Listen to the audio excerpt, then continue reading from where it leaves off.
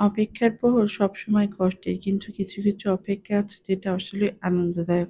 তো কুষ্টিয়াতে আসার পরে শ্বশুরবাড়িতে ছিলাম প্রায় ১৪-১৫ দিন। তো আজকে হচ্ছে বাবার বাড়িতে যাবো। তো এই যে আমরা হচ্ছে স্টেশনে এসে ওয়েট করতেছিলাম ট্রেনের জন্য। তো ট্রেন যেহেতু লেট ছিল সেইজন্য অনেকক্ষণই ওয়েট করতে হয়েছিল।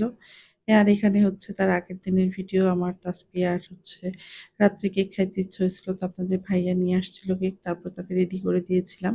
এখানে দেখেন সে কেক একা একাই কাটিং করতেছে। তার খুব পছন্দের একটা খাবার হচ্ছে কেক। আর আমার জানা মতে বাচ্চাদের বেশিরভাগই পছন্দ খাবার হচ্ছে কেক। তো মাঝে মধ্যে ওকে হচ্ছে কেক এনে দেওয়ার চেষ্টা করি। তো কেকটা সেদিন নিয়ে এসেছিলাম আর যেহেতু অনেক রাত হয়ে গিয়েছিল তো আমরা কেটে খেয়ে নিয়েছিলাম। আর দেখেন আমার দুষ্টু বুড়িটা কত খুশি হয়েছে কেকটা পেয়ে। সে তো ভাবতেই পারেনি যে তার বাবা এত রাতে তার জন্য সারপ্রাইজ নিয়ে এসছে।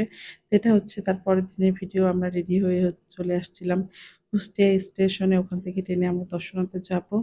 তো এই যে আমার দুষ্টু বুড়িটাকে সুন্দর করে সাজিয়ে গুছিয়ে নিয়ে এসেছিলাম বাসায় যাবো। আর এই ট্রেনটা হচ্ছে ঢাকা থেকে আসে প্রায় হচ্ছে 11:30 পৌনে 12টার মধ্যে হচ্ছে কুষ্টিয়া কোর্ট স্টেশনে পৌঁছায়। তো সেই অনুযায়ী আমরা গিয়েছিলাম। তো যাওয়ার পরে শুনতেছি ট্রেন লেট।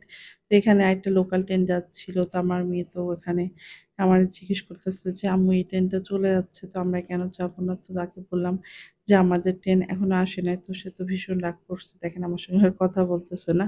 তো বললে, "এই ট্রেনটা তো আমরা চলে যেতে পারতাম।" তার কিছুক্ষণ পরে তাকিয়ে যেখানে আমি চিপস কিনে দিয়েছিল আপনাদের ভাইয়া, তো এখানে বসে চিপস খেতেছে। তো আমি জিজ্ঞেস করলাম, "তুমি কি খাচ্ছ?" তো বলতেছে, "চিপস খাচ্ছি।" তো আমি বললাম, "তুমি কোথায় যাচ্ছ?" বলে, "নানা বাড়ি।" তারপর তার সঙ্গে একটু দুষ্টুমি করছিলাম। আর এখানে না এত গরম ছিল, খুব বিরক্ত করছিল, মানে কি আর বলবো। তার কিছুক্ষণ পরে যে আমাদের ট্রেন চলে আসে, আমরা ট্রেনে উঠে পড়ি। এখানে দেখেন আমার মেয়ের অবস্থা। মানে আমরা প্রায় ১.৫ ঘন্টা মতো স্টেশনে ওয়েট করেছিলাম ট্রেনের জন্য। তারপরেও যেহেতু বাবার বাসায় যাবো অনেক আনন্দ নিয়ে আমরা হচ্ছে বাসা থেকে বেরিয়েছিলাম। তো একটু তো কষ্ট করতে হবে। এখানে অনেক মানুষ ছিল যারা ট্রেনের জন্য ওয়েট করতেছিল, বিভিন্ন জায়গায় যাবে যেহেতু। আর আমি ওই যে ট্রেনে ওঠার পর একটু বাহিরে ভিডিও করছিলাম, দেখতে না অনেক ভালো লাগে।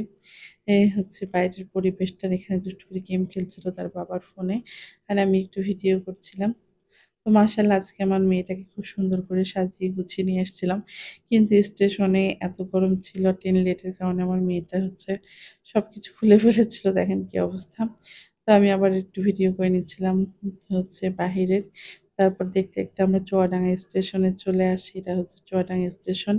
তো দেখেন ঈদের ৮-৯ দিন পরেও এত ভিড় ছিল স্টেশনগুলোতে, মানে না দেখলে বলে বোঝানো যাবে না। তো এই যে চলে এসছি আমরা দর্শনাতে। বাসায় আসার পর ফ্রেশ হয়ে আমার পছন্দের দই খেয়ে নিলাম। আর আমার দই এমনিতেও অনেক পছন্দ। আর যেহেতু অনেক গরম পড়তেছে এই টাইমে দই খেতে আমার অনেক ভালো লাগে। তো আজকের ভিডিওটা এই পর্যন্ত। সবাই ভালো থাকবেন, সুস্থ থাকবেন, আমাদের পাশে থাকবেন। আল্লাহ হাফিজ।